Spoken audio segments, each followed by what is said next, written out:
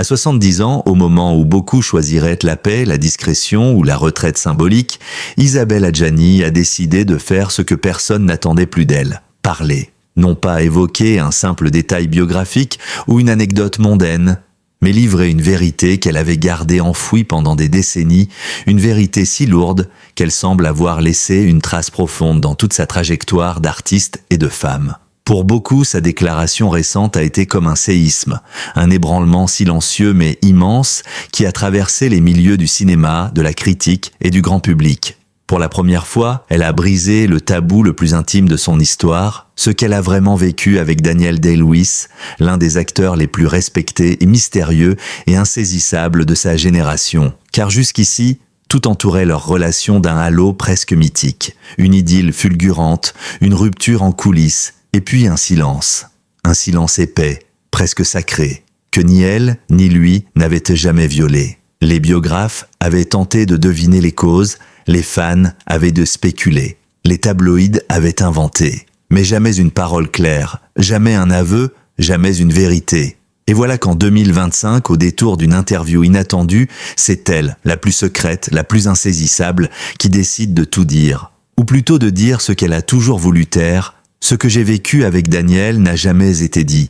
parce que je n'avais pas la force de l'affronter. Aujourd'hui, je peux enfin regarder cette vérité sans trembler. Ces mots ont glacé la salle. La France entière les a répercutés. Car derrière cette phrase, chacun a senti qu'il y avait plus qu'une simple confession amoureuse. Il y avait comme l'ombre d'une fracture, une blessure, peut-être même une révélation qui remettait en cause tout ce que l'on croyait connaître de ces deux icônes. Le récit qu'Adjani fait de leur rencontre est d'une intensité presque romanesque. À l'époque, elle est déjà une légende vivante en France, auréolée de succès, respectée à la fois pour son aura mystérieuse et pour sa sensibilité artistique hors norme. Lui, Daniel Day-Lewis, est en pleine ascension internationale, réputé pour son jeu habité, pour son perfectionnisme extrême et pour cette manière presque inquiétante d'absorber chacun de ses rôles jusqu'à la dissolution. Deux âmes excessives, deux volcans, deux solitudes qui attiraient irrésistiblement la lumière. Lorsqu'ils se croisent pour la première fois, les témoins parlent d'un coup de foudre violent, immédiat, presque irréel. On aurait dit que tout autour d'eux disparaissait, raconta un ami proche des deux acteurs, et pourtant, dans les années qui suivirent, tout ce qui les liait semblait s'enfoncer dans un labyrinthe émotionnel aussi profond que fragile. Pendant longtemps, cette relation a fasciné, puis disparu soudainement comme engloutie par quelque chose de plus sombre. Mais personne n'imaginait à quel point la vérité dépassait le cadre d'une rupture sentimentale. Adjani ne se contente pas de raconter l'idylle.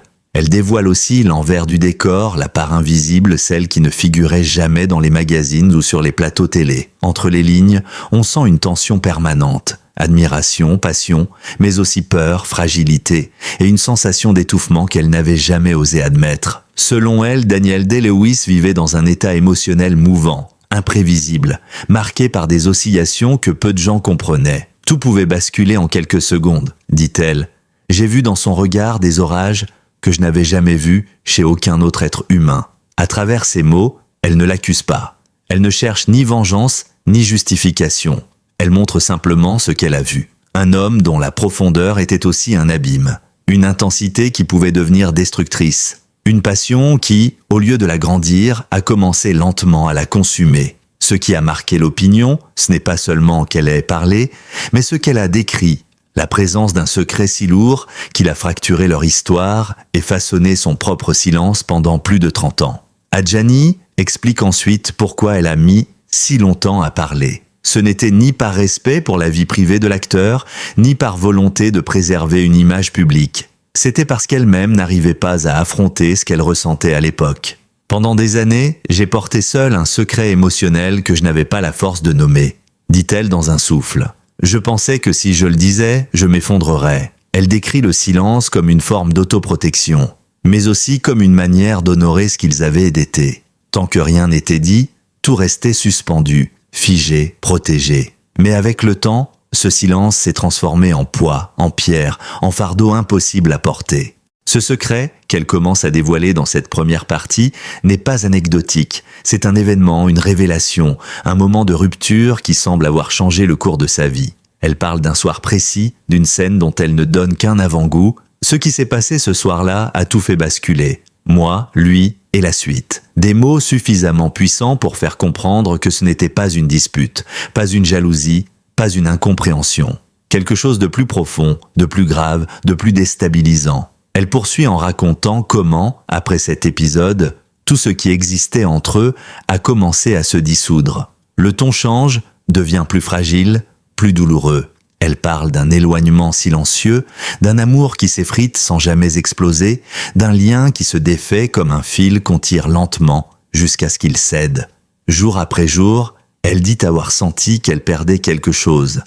Non seulement l'homme qu'elle aimait, mais une part d'elle-même. J'avais peur de lui, mais j'avais encore plus peur de moi-même à ses côtés, confie-t-elle. Dans ce mélange de passion, de tendresse et de désorientation psychologique, Adjani semble avoir vécu une véritable dérive intérieure. Un sentiment de vulnérabilité qui l'a suivi bien après la rupture, bien après la fin, bien après qu'ils aient cessé de se parler. Et ce qui a achevé de bouleverser la France, c'est ce qu'elle affirme ensuite. Ce secret, je l'ai payé très cher, trop cher. Elle laisse entendre que sa carrière, sa santé mentale, sa vie personnelle et même certaines de ses décisions les plus controversées sont liées à cette histoire longtemps enterrée. Un lien que personne, absolument personne, n'avait jamais soupçonné. L'un des aspects les plus frappants de ce premier chapitre de sa confession, c'est la raison qu'elle donne pour avoir parlé maintenant. À 70 ans, dit-elle, il y a des vérités qui deviennent urgentes. Si je ne le disais pas aujourd'hui, je ne l'aurais jamais dit. Elle parle du temps qui passe, de la vie qui se raccourcit, de la nécessité de laisser quelque chose derrière soi, non pas pour choquer, pas pour accuser, mais pour libérer. Ce n'est pas une revanche, c'est une délivrance, explique-t-elle. Je devais me séparer de ce poids avant qu'il ne m'enterre. Cette notion de libération donne à sa confession une dimension presque testamentaire, comme si elle voulait laisser la vérité dans le monde avant de quitter la scène, avant que les masques ne retombent définitivement. La France a accueilli cette révélation avec un mélange de stupéfaction, de compassion et d'inquiétude. Car si ce qu'elle raconte dans cette première partie n'est que le début, une introduction à quelque chose de plus profond, tout le monde a compris que la suite serait encore plus explosive. Les réseaux sociaux ont vibré, les chaînes d'information en continu ont ouvert leurs éditions avec ces paroles, les critiques et analystes ont tenté de décrypter chaque nuance, chaque silence, chaque sous-entendu. Ce n'était pas la confession d'une star vieillissante, c'était la confession d'une femme qui avait survécu à une vérité qui l'avait presque brisée. Et le pays attend maintenant la suite. Que s'est-il vraiment passé entre Isabelle Adjani et Daniel Day-Lewis? Quel est ce secret terrible qu'elle n'avait jamais osé évoquer? Et pourquoi, après tant d'années, a-t-elle décidé de le révéler maintenant? Car ce qu'elle raconte dépasse la simple scène intime. Il s'agit d'un épisode qui révèle une facette totalement inconnue de Daniel Day-Lewis, un comportement qu'Adjani n'avait jamais évoqué publiquement et auquel personne n'aurait jamais imaginé que l'acteur multi-oscarisé ait pu se laisser aller. Et pourtant, selon elle, c'est cette nuit-là qui a fait exploser leur relation, qui a brisé leur confiance, qui l'a laissé traumatisé pendant des décennies, incapable d'en parler même à ses proches les plus intimes. Dans son récit, Adjani décrit d'abord une soirée qui, en apparence, n'avait rien d'exceptionnel. Ils étaient alors au sommet de leur relation, mais déjà légèrement fragilisés par les exigences extrêmes de la carrière de Daniel, qui basculait sans cesse entre immersion totale dans ses rôles et période d'isolement quasi mystique. Ils se trouvaient dans un appartement londonien, un refuge improvisé, où ils tentèrent de se retrouver entre deux tournages. Adjani parle d'une atmosphère lourde, électrique, mais familière. Daniel avait ce regard absent, ce regard qui ne vous voyait plus, mais voyait autre chose, autre part, explique-t-elle. Ceux qui ont travaillé avec Day-Lewis savent qu'il pouvait demeurer prisonnier de ses personnages des semaines entières. Mais dans l'espace intime, cette fusion devenait inquiétante. Ce soir-là, l'acteur semblait déjà autre, habité par une colère sourde, une tension intérieure que rien ne parvenait à dissiper. Adjani raconte avoir senti dès le début que quelque chose n'allait pas, sans pouvoir en identifier la source. « Je me souviens avoir pensé, il est là, mais il n'est pas vraiment là, dit-elle. Le moment de rupture survient dans un silence presque glacial. Tout près d'elle, Daniel se serait levé brusquement comme frappé par une impulsion irrépressible. Adjani raconte une scène digne d'un drame théâtral. Un geste involontaire, un souffle trop fort, un éclat dans son regard qui lui a glacé le sang. J'ai vu quelque chose dans son expression que je n'avais jamais vu auparavant, une sorte de dédoublement, comme si une autre personne prenait sa place. Elle décrit un homme méconnaissable déformé par une colère qu'elle ne comprenait pas. Il ne criait pas, il parlait d'une voix basse, menaçante, tremblante. Il évoquait des reproches étranges, des phrases incohérentes, des accusations qui n'avaient aucun rapport avec la réalité, comme si son esprit s'était fissuré sous le poids d'un rôle, d'un passé ou d'un gouffre intérieur trop longtemps refoulé. Mais ce qui la hante encore aujourd'hui, dit-elle, ce n'est pas seulement ce qu'il disait, mais la manière dont il la regardait. « J'ai eu peur pour ma vie », confie-t-elle, « peur qu'il ne me reconnaisse plus, peur qu'il ne sache plus qui j'étais. » Elle assure qu'à cet instant précis, elle s'est retrouvée face à un homme qu'elle n'avait jamais vu auparavant. Un Daniel Day-Lewis brisé, possédé, en état de désorientation profonde. Et c'est ce basculement soudain, cette plongée dans une sorte d'abîme psychologique qui l'a poussée à fuir. J'ai compris que je devais partir ou je n'aurais jamais survécu. Adjani raconte avoir quitté l'appartement en pleine nuit, sans manteau, sans sac, sans téléphone. Elle descend les escaliers 4 à 4, les mains tremblantes, incapable de respirer. Je ne sentais plus mes jambes. Je ne savais même pas où j'allais. Je savais seulement que je devais sortir vivante de cet endroit. Un ami proche, qu'elle appelle depuis une cabine téléphonique, la retrouve quelques heures plus tard dans un état de choc. Elle ne dit rien, ne raconte rien. C'est à partir de ce moment que s'installe le silence qui durera des décennies. Pour la France, cette révélation est un tremblement de terre. Jusqu'ici, Daniel Day-Lewis avait toujours été considéré comme un acteur extrême, certes, mais admirable, méthodique, presque mystique. Jamais personne n'avait imaginé que son immersion totale dans ses rôles puisse atteindre un point où la frontière entre personnage et réalité s'effondrerait à ce point jusqu'à menacer quelqu'un vivant à ses côtés. Adjani, elle, parle d'une dérive psychologique incontrôlable, d'un homme envahi par un rôle qui le dépassait, mais aussi d'un traumatisme personnel dont elle a mis des années à se remettre. Le lendemain de cette nuit, selon elle, le silence était absolu. Aucun appel, aucun message. Daniel ne la cherche pas. Il s'enferme dans un mutisme total. Ses proches disent qu'il était dans un état second, comme absent, incapable de comprendre ce qui s'était passé. Adjani, de son côté, entre dans une période de grande fragilité psychique. Crise d'angoisse, insomnie, perte de poids, isolement. Elle décrit cette phase comme une descente lente mais inexorable. Je n'étais plus la même. J'avais laissé quelque chose de moi dans cet appartement. Elle refuse de parler à la presse, se retire des apparitions publiques pendant plusieurs semaines et coupe même l'accès à ses proches. Certains journalistes, à l'époque, avaient évoqué une crise émotionnelle. D'autres parlaient d'un burn-out. La vérité, dit-elle aujourd'hui, était bien plus complexe. Le plus surprenant dans son récit, c'est la manière dont elle relie cet événement à sa carrière des années suivantes. Elle affirme que ce trauma a influencé non seulement ses choix artistiques, mais aussi son rapport à la célébrité, à la presse et même à elle-même. Après cette nuit, je me suis brisée en silence, dit-elle. J'avais peur des hommes, peur du regard des autres, peur de moi-même. Elle parle de rôles refusés, de tournages annulés, de crises soudaines sur des plateaux. Elle décrit une actrice qui se bat pour rester debout, pour continuer à jouer, tout en portant un secret immense qu'elle ne pouvait confier à personne. Sa relation avec Daniel Day-Lewis aurait pu la détruire complètement. Et pourtant, elle a continué. Mais ce qu'elle révèle dans ce chapitre explique enfin certaines de ses périodes d'éloignement public, certains de ses choix surprenants, et même certaines de ses interviews énigmatiques où l'on sentait une douleur sourde derrière ses mots. Adjani répond clairement parce qu'elle ne voulait pas détruire Daniel. Malgré la peur, malgré le choc, malgré la blessure, elle dit qu'elle ne voulait pas briser la carrière d'un homme qu'elle avait profondément aimé. Elle parle d'une loyauté étrange, presque irrationnelle, envers quelqu'un qui l'avait pourtant plongé dans un abîme psychologique. « Je savais que si je parlais, il ne s'en relèverait pas, dit-elle, et je n'ai jamais voulu être celle qui détruit. » Ces mots ont provoqué un débat passionné en France. Certains y voient une force morale immense, d'autres dénoncent ce silence comme un sacrifice disproportionné, un geste qu'elle n'aurait jamais dû porter seule.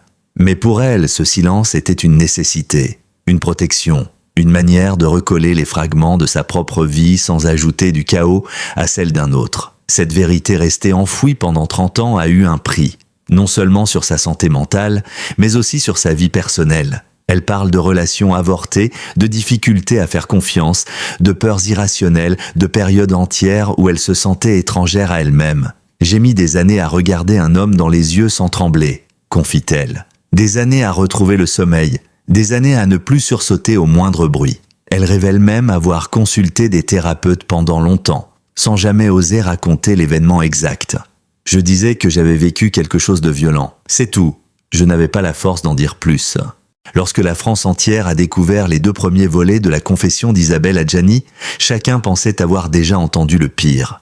Une nuit d'angoisse, un basculement psychologique, un traumatisme silencieux qui avait poursuivi l'actrice pendant plus de 30 ans. Pourtant, ce n'était qu'une partie du puzzle. Une pièce importante, certes, mais loin d'être la plus effrayante. Car ce qui a véritablement choqué Adjani, ce qui l'a paralysé pendant des années, ce n'est pas seulement ce moment de rupture, cette nuit où Daniel Day-Lewis ne semblait plus maître de lui-même. Non, le véritable séisme est survenu le lendemain lorsqu'elle a enfin trouvé la force ou l'obligation de l'affronter une dernière fois. Et c'est là, dans ce face-à-face glacé par la douleur, que l'acteur lui aurait confié une vérité impossible. Une vérité qui a longtemps hanté Adjani jusqu'au plus profond d'elle-même. Le matin qui suit cet épisode traumatisant, Adjani se réveille chez un ami, encore tremblante. Elle n'a pas dormi, elle n'a pas mangé. Son corps est en état d'alerte. Elle dit qu'elle n'arrivait pas à prononcer une phrase complète sans sentir ses mains se mettre à trembler. Mais malgré la peur, malgré la honte, malgré le choc, une seule chose la tourmente. Il fallait comprendre. Elle devait connaître le pourquoi, le comment, l'explication, même minime, qui pourrait donner sens à ce qu'elle avait vécu. Elle décide alors, contre toute logique, de retourner voir Daniel. C'était insensé, mais je ne pouvais pas faire autrement. Je devais entendre quelque chose, n'importe quoi. Lorsqu'elle arrive, l'appartement est plongé dans un silence presque surnaturel. Daniel est assis, immobile, le visage fermé, les cernes profonds, comme si des décennies l'avaient dit frapper en une seule nuit. À cet instant, elle dit avoir vu non pas un monstre, mais un homme détruit. Et c'est là que commence le moment le plus bouleversant de son récit. « Isabelle, j'ai peur de moi-même » Ce sont les premiers mots qu'il lui adresse, d'une voix brisée, pas d'excuses, pas d'explication, seulement cette phrase terrifiante prononcée par un acteur considéré comme l'un des plus grands génies de sa génération, mais aussi l'un des plus extrêmes dans sa discipline. « J'ai peur de moi-même ». Pour Adjani, ces mots sont comme un coup de poignard. Elle comprend alors que l'homme qu'elle a aimé n'était pas seulement fragile. Il était au bord d'un gouffre intérieur qu'il ne contrôlait plus. Elle raconte que Daniel lui a avoué avoir vécu, depuis des mois, un mélange étrange d'hallucinations émotionnelles, de confusion entre les rôles et la réalité, et de sentiments incontrôlables qui l'empêchaient parfois de se reconnaître lui-même. « Je crois que quelque chose en moi se brise à chaque rôle et ne se répare jamais vraiment », lui aurait-il confié. À cet instant, Adjani dit avoir ressenti non pas de la colère, mais un vertige. Parce qu'elle comprenait enfin, elle n'avait pas été victime d'un geste volontaire. Elle avait été témoin d'un effondrement psychique.